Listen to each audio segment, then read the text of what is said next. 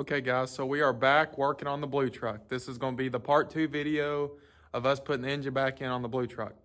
In the last video, you seen where I had the heads off of it and I took it to a local engine builder and we took it apart. I was pretty sure that it had the cylinders was bored 40 over and had 30 over pistons. We tore the engine down, measured every clearances, measured the rings, measured everything, looked at the cross hatching in the cylinders. Everything looked to be great. We could not find a problem anywhere.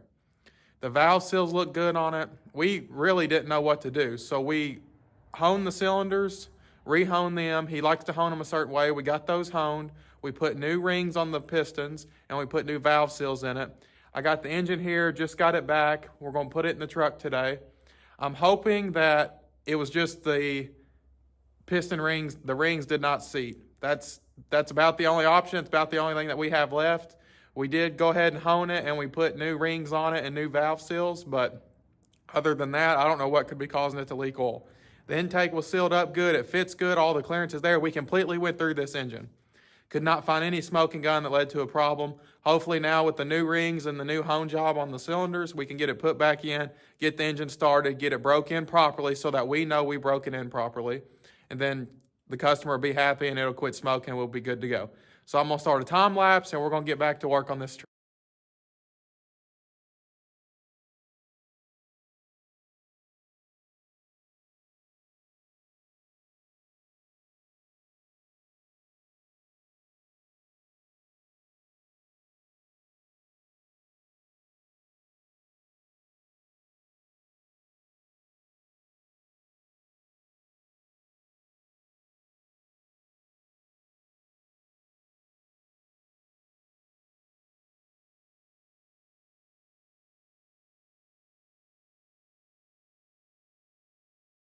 Okay, so y'all just see me put the engine in the blue truck. I got it set down in there, got the engine mounts bolted up, got a few bell housing bolts in, need to work a little bit more on that.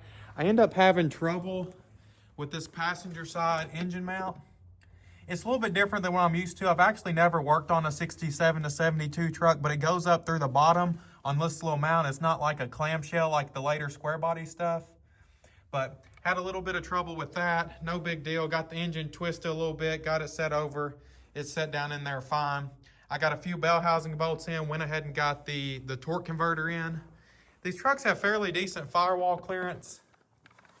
They're not really too terribly bad to work on, but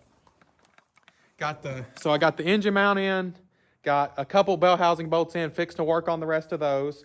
Got the starter mounted with the shims put back in place. Got the torque converter, the bolts in the torque converter, definitely put Loctite on those. That's kind of a big deal. You definitely don't want to have to go back and redo that. But right now I'm fixing to finish the rest of the bell housing bolts. I'm going to put a shield on underneath that covers the bottom of the torque converter. And then I'm going to bolt the exhaust up. And I may wire the starter. I cut a wire on it that I need to run back to my house to get a splice to put that back together. But wrap the exhaust up, may start working on the accessory drive or work on getting the distributor in. Today is Thanksgiving Day, so it'll probably be a few days after Thanksgiving when y'all see this, but happy Thanksgiving, guys. I'm gonna get back to work on this.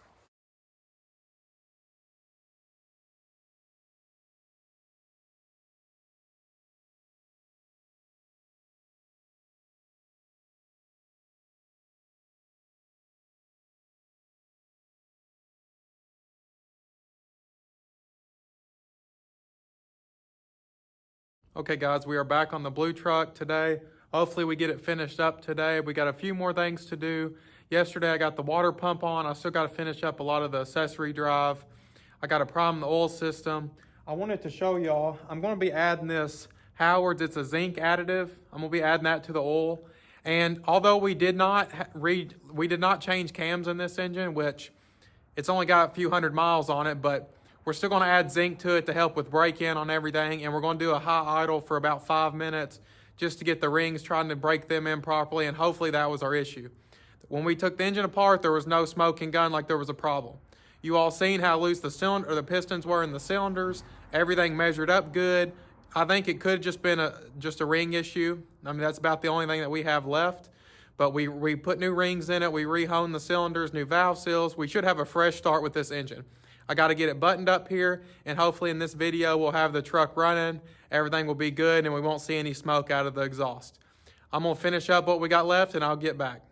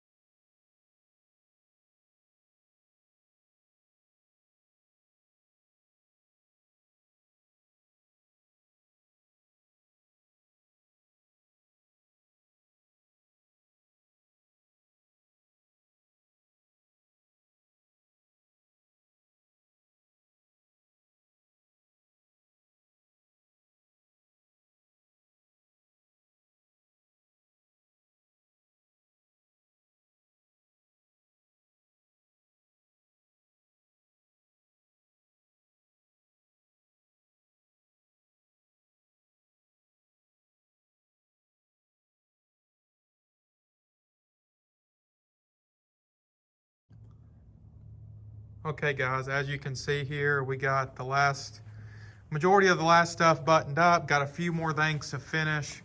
Right now I had to run and get some wire to wire the starter to the alternator to charge the battery. Apparently while I was working on it, I broke the little connector for the choke. So stuff like that, no big deal. I just got to finish a little wiring, hook up some fuel lines, hook up the throttle linkages. Just a few more things, and then we should put the belt on, and then we should be ready for our first fire up. So let's cross our fingers, hope it don't smoke, and hope everything goes good. Well, I believe we finally have the C10 finished. It's probably not what you're going to expect, what I'm fixing to tell you, but so as I said in the last video, we did not find any smoking gun wrong with the engine on why it would be burning oil. We honed the cylinders, put new rings in it, put new valve seals, and reassembled the engine. I brought the engine back to the shop, put it in the truck. Had trouble getting it started. It's cold in here, it's 30 degrees. Truck would not want to start for nothing. End up switching carburetors, still had the same trouble. Got it started and running one good time. Tons of smoke still out of the exhaust. This time it wasn't as blue, it was more like a gray fuel smoke. Well, switched carburetors on it, same thing. But the truck would not start up when it was cold properly, and I knew something was wrong then. So, this truck is a 69 model. It come out with points ignition. Now it has a HEI in it. Well, somebody had used, the person who built the truck, I reckon, had used the points wire that powered the points, which does not get a full 12 volts. It's like a resistance wire. And that was hooked up directly to the battery, the positive on the distributor cap. So therefore, this distributor was not getting a full 12 volts whatsoever, and under cranking, it was only getting 8 volts. Well, that leads to my no start issue.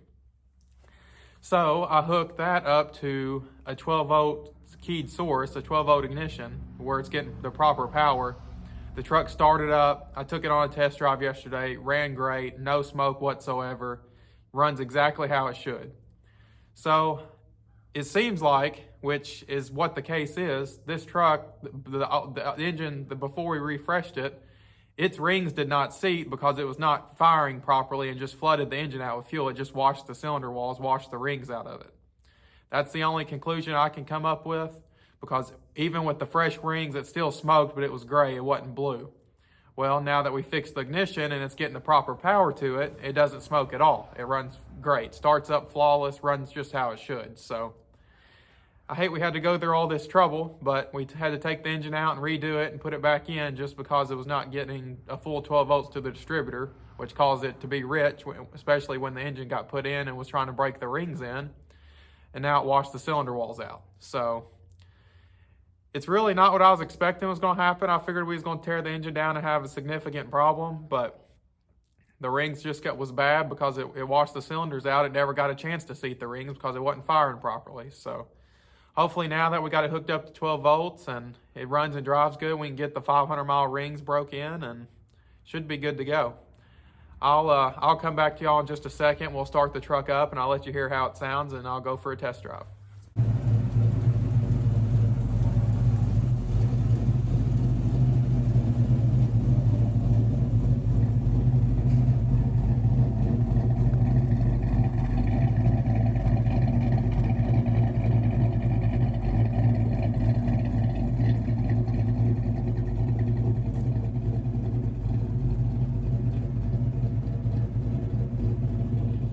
So the truck does have some exhaust leaks up there on the head. The customer knows that. It's got a really cheap set of headers on it, and I think they're just causing issues and cannot get them to seal. I think the flange is warped on them, so I may have this truck back putting a set of headers on it in the future. Who knows, but we'll see.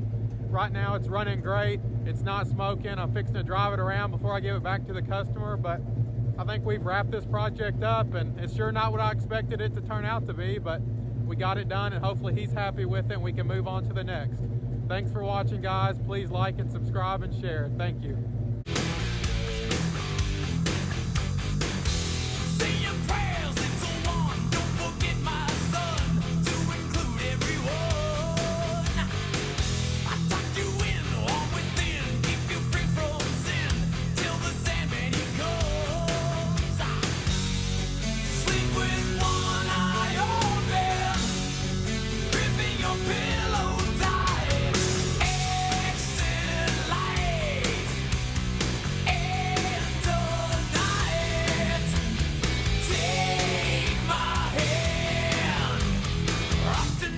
Never let